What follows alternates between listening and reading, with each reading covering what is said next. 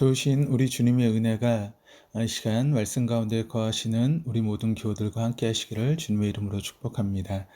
오늘 우리가 함께 나누실 하나님 말씀은 시편 68편입니다. 오늘 본문의 큰 내용은 이스라엘 백성들에게 승리를 주신 하나님의 권능과 은혜에 대해서 감사와 찬양을 드리는 그런 찬양시입니다. 그러면서 찬양, 감사, 역사의 회고, 또 구원의 호소, 저주, 기도 등 시편에 기록된 거의 모든 종류의 표현들이 오늘 시편 68편에 등장하고 있어서 이해하는 데 있어서 좀 어려운 시편으로 알려져 있습니다. 그러나 당신의 백성들에게 행하시는 하나님의 은총의 역사와 택한 백성을 영원한 안식처로 인도하시는 하나님의 일하심이 잘 드러나고 있는 시입니다. 그러면서 하나님께서 어떻게 당신의 백성들 가운데 자신을 알리시고 또 계시는지를 구체적으로 잘 나타내고 있습니다. 5절, 6절을 보면 하나님은 거룩한 처소에 계신 분으로 표현되며 그리고 고아의 아버지고 과부의 재판장이시며 또 고독한 자들을 가족과 함께 살게 하시며 갇힌 자들을 형통하게 이끄시는 분으로 소개하고 있습니다. 하나님은 하늘의 성소, 즉 하나님의 보좌에 계신 거룩하시며 초월하여 계시는 분이십니다. 그러면서도 곧 이어 하나님은 고아의 아버지이시며 과부의 재판장이라고 다윗은 그렇게 표현을 합니다. 그 고백 속에서 우리는 하나님은 초월적인 분일 뿐만 아니라 우리의 삶에 깊이 개입하시는 그런 분이심을 발견할 수 있습니다. 즉 하나님은 당신의 거룩한 처소로부터 내려오셔서 이 땅에 있는 비천한 이들, 연약한 이들, 고통받는 이들을 돌보시는 분이십니다. 이스라엘에서 고아와 과부는 사회적으로 가장 비천한 신분의 사람이었습니다. 혈연절인 유대가 강한 가부장 중심의 고대 사회에서 가장인 아버지 혹은 남편이 없이 살아간다라고 하는 것은 삶의 가장 기본적인 보호막과 또 경제적인 공급원을 상실한 상태이기 때문에 그렇습니다. 그렇기 때문에 그들은 착취당하기가 쉽고 법적으로나 혹은 사회적으로 정당한 대우를 받기가 어려운 경우들이 허다했습니다. 또한 6절에서 하나님은 고독한 자들을 가족과 함께 살게 하시며 갇힌 자들을 이끌어내어 형통하게 하신다라고 이야기를 합니다. 여기 고독한 자들은 경제적으로나 사회적으로 고립되어 점점 더 비참한 상태로 전락될 처지에 놓여 있는 사람들이며 또 도움과 관심에서 철저히 배제된 소외된 사람들입니다. 갇힌 자들은 자유가 제한당한 상황에서 고역과 억압에 시달리는 사람들을 말합니다.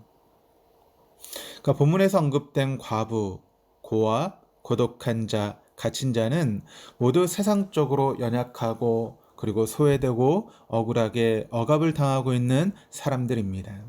그런데 본문에서 다윗은 다른 누구도 아닌 하나님께서 친히 일한 사람들의 아버지와 재판장이 되어주시며 후원자가 되어준다고 증거하고 있습니다. 그리고 이것은 성경이 우리에게 일관되게 주장하고 있는 내용의 말씀이다라고 하는 것을 알게 됩니다. 출애굽기 22장 22절에서 23절 말씀은 이렇게 기록을 합니다. 너는 과부나 고아를 해롭게 하지 말라. 내가 만일 그들을 해롭게 함으로 그들이 내게 부르짖으면 내가 반드시 그 부르짖음을 들으리라. 또 신명기 10장 18절은 고아와 과부를 위하여 정의를 행하시며 나그네를 사랑하여 그에게 떡과 옷을 주시나니. 이러한 하나님의 성품에 대한 다윗의 찬양은 과거 이스라엘 백성들의 경험과 연관되어 있습니다. 왜냐하면 과거 이스라엘 역시 과거 이집트에서 노예 생활을 하며 속박 가운데 있었습니다. 또한 고아와 같이 버려져서 이방 땅에 계기된 처지에 있었습니다. 아무런 보호조차 받을 수 없었기 때문입니다.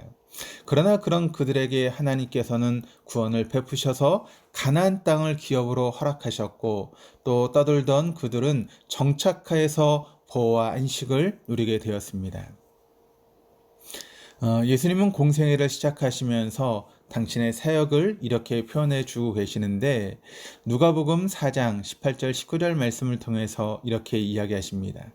주의 성령이 내게 임하셨으니 이는 가난한 자에게 복음을 전하게 하시려고 내게 기름을 부으시고 나를 보내사 포로된 자에게 자유를 눈먼 자에게 다시 보게 함을 전파하며 눌린 자를 자유롭게 하고 주의 은혜를 전파하게 하려 하심이라. 복음회로에 참된 이끌림을 받은 사람은 바로 이러한 하나님의 성품에 참여하는 사람이 아니겠습니까? 오늘날 교회는 세상에서 많은 부를 모으고 힘은 가졌으나 우리의 참된 복음의 능력은 잃어가고 있는 역설적인 상황을 맞이하고 있으며 또 세상의 조롱거리가 되어가고 있습니다. 그러니까 교회는 더 이상 세상의 답이 아니라 짐이 되어가고 있다라고 하는 그런 이야기입니다. 이는 강함과 성공, 능력과 누림에 마음을 빼앗겨 참된 성김과 봉사, 겸손의 마음을 잃어버리고 영적인 것으로 교묘하게 위장된 욕망 추구에 관심을 갖는 정신이 교회 안에서 득세하였기 때문일 것입니다. 하나님의 관심이 어디에 있는지, 누구를 향해 있는지 생각해 보아야 합니다. 그리고 예수 그리스도를 따른다고 하는 우리 자신의 관심은 어디를 향하고 있는지 다시 한번 생각해보는 귀한 시간 되시기를 소원합니다. 이 땅의 교회가, 아니 바로 그 교회인 내가 오늘 그리고 내 삶의 현장에서 관심의 시선을 주님이 두시는 곳에 둔다면 우린 세상을 향해 교회는 세상의 답이라고 감히 말할 수 있을 것이며 세상은 교회 속에서 자신들이 그토록 찾고 있는 답을 발견할 수 있을 것입니다. 우리 자신을 위하여 앞만 향해 달려가다가도 문득 걸음을 멈춰 서서 주변을 둘러보면 우린 하나님께서 내 곁에 두신 사람들을 어디서든지 언제든지 발견할 수 있습니다. 그들은 연약하며 도움이 필요한 사람들입니다. 드러나지 않은 곳에서부터 작은 일부터 그들의 참된 이웃이 되는 발걸음을 떼는 복된 하루이기를 소원합니다. 그것이 아무리 사소한 것일지라도 그것은 하나님의 성품에 참여하는 소중한 일이며 그 작은 발걸음이 모이고 쌓여 생명을 구원하고 또 사회를 구원하는 복음의 큰 역사를 이룰 것입니다. 기도하시겠습니다. 하나님, 세상에서의 부유함만을 쫓아 앞으로만 달려갔기에 하나님 앞에서 초라한 존재가 되어버린 오늘날의 교회인 우리 자신의 모습을 바라봅니다. 그 길을 멈추어 서서 나의 주변을 돌아보게 하여 주옵소서. 이 땅의 교회가 앞이 아니라 옆을 돌아보게 하옵소서. 그리하여 하나님께서 그곳에 두신 나의 참된 이웃을 발견케 하옵시고 그들을 향해 사랑과 섬김의 손을 내미는 작은 발걸음을 시작해 하옵시고 그것이 비록 작은 발걸음일지라도 하나님 앞에서 소중하고 중요한 발걸음인 줄을 잊지 않게 하옵소서. 그 발걸음들이 모이고 쌓여 이 세상을 보다 아름답게 변화시키는, 그리하여 우리의 삶이 이 땅에 영원한 생명의 복음의 역사를 이루는 이 땅의 참된 교회 되게 하옵소서. 감사드리며 예수 그리스도의 이름으로 기도드립니다. 아멘.